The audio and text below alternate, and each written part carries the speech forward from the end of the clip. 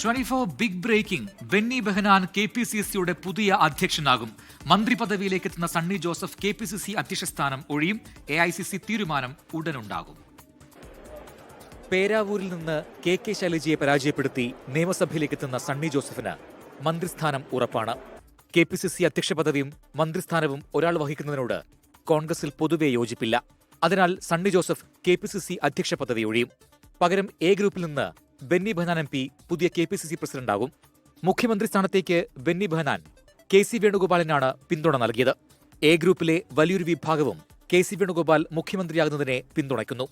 KCക്ക് നൽകിയ പിന്തുണയുടെ പ്രത്യുപകാരമാണ് A ഗ്രൂപ്പിന് ലഭിച്ച KPCC അധ്യക്ഷ സ്ഥാനമെന്നാണ് കോൺഗ്രസിനുള്ളിൽ ഉയരുന്ന വിമർശനം.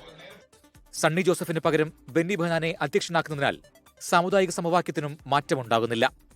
അലക്സ് റാം മുഹമ്മദ്, 24, തിരുവനന്തപുരം.